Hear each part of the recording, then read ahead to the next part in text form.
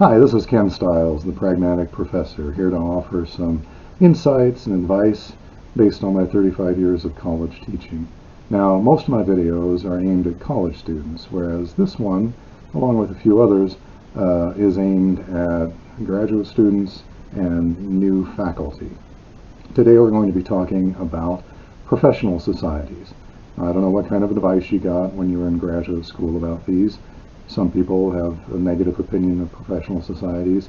My opinions are a little mixed, but I would say that you should absolutely join them.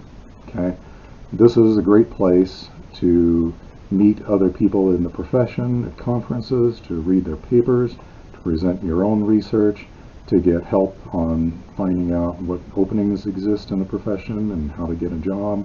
And it's also one of the ways to get journal subscriptions. That said, it is possible for your activity in a professional association to become one great big time suck. Okay?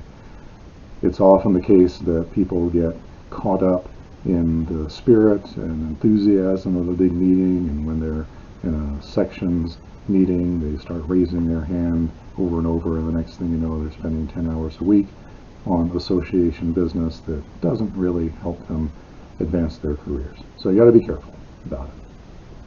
I would say the first thing is make sure that you're a member of the big flagship professional association of your particular field. These may be massive, multi-thousand members, but this is where a lot of the big things are going to be happening. This is where you find out about the politics of your profession, among other things. So go to the meetings, even if you feel a bit lost. Okay. At the same time, I recommend that you identify and join some smaller, more narrowly focused professional associations, groups that maybe only have a few hundred members and maybe meet not even annually, but every other year.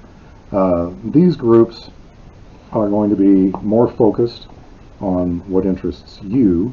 The people there are more likely to become co-authors. You're more likely to learn interesting things from them. So it's these smaller societies are often the best place to go for networking and for collaborative projects down the road. Okay.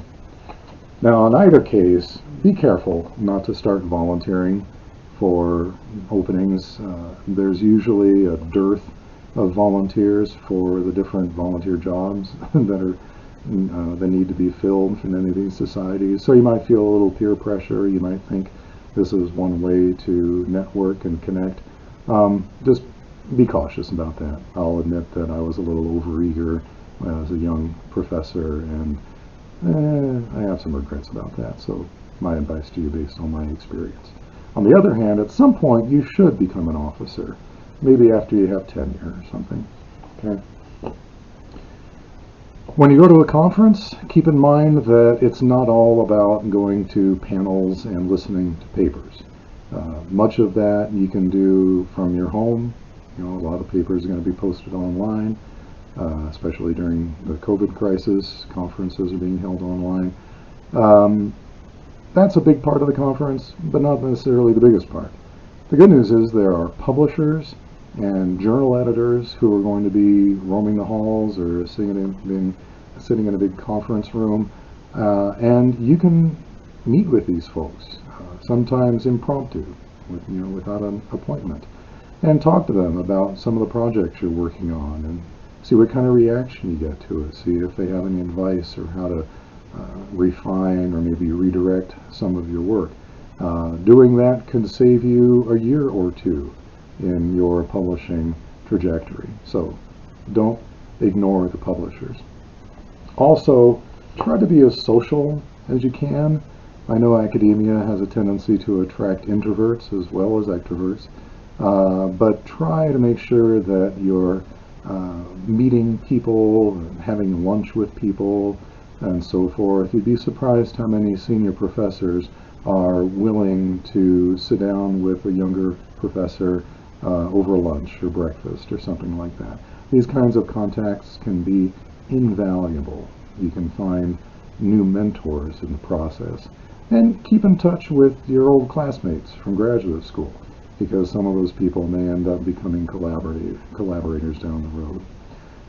And then if you have a meeting that lasts more than 2 days, I recommend that you go play. Most of the time these meetings are going to happen in interesting places, maybe overseas. Relax a little bit. Don't be working the whole time you're there. Maybe this can be another opportunity to socialize or to network with some folks. Go down to the beach or to the wharf or to the downtown restaurants or the shows or whatever. Anyway, those are some things that I would suggest as you approach the decision about whether to be involved in professional societies. I think you'll enjoy it. It can be a very rewarding aspect of your professional career, and it can help advance your career as well. So this is Ken Stiles, the Pragmatic Professor, and I'm wishing you all the best. So thanks for watching. I hope that was helpful to you. Make sure to comment and like and share and watch for other videos. And of course, the views expressed are my own and not necessarily those of any institutions with which I've been affiliated over the years. Take care. Bye-bye.